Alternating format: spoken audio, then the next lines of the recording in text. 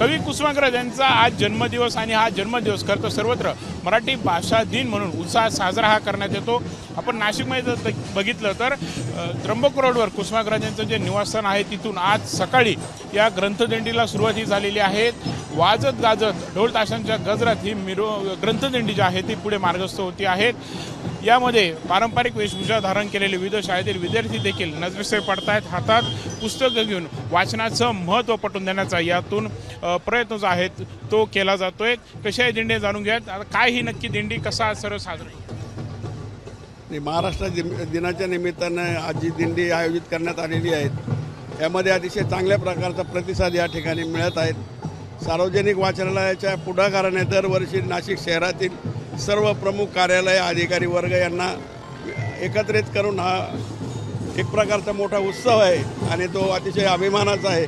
त्यामुळे नक्कीच मराठी भाषा यापुढेही वाढण्यासाठी मदत होईल अशी मला खात्री आहे। 27 फेब्रुवारी हा कवी कुसुमाग्रजांचा जन्मदिवस।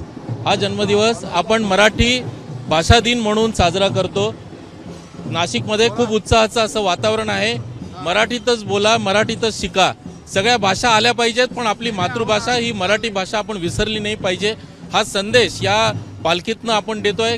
ग्रंथ पालखी आपण आज काढलेली आहे। सार्वजनिक वाचनालयातर्फे वेगवेगळे उपक्रम आपण आज मोठ्या प्रमाणावर घेतोय।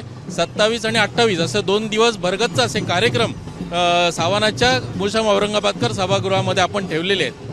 पण जर बघितलं तर अशा प्रकारे आता ही दिंडी निघते आणि त्यानंतर 2 दिवसीय ग्रंथ उत्सवाचं देखील उद्घाटन हे केलं जाणार आहे। एक प्रकारे मराठीचा जागर जो आहे तो केला जातोय। कॅमेरामन मयूर बारकाचे सह प्रांजल कुलकर्णी, एबीपी माझा, नाशिक।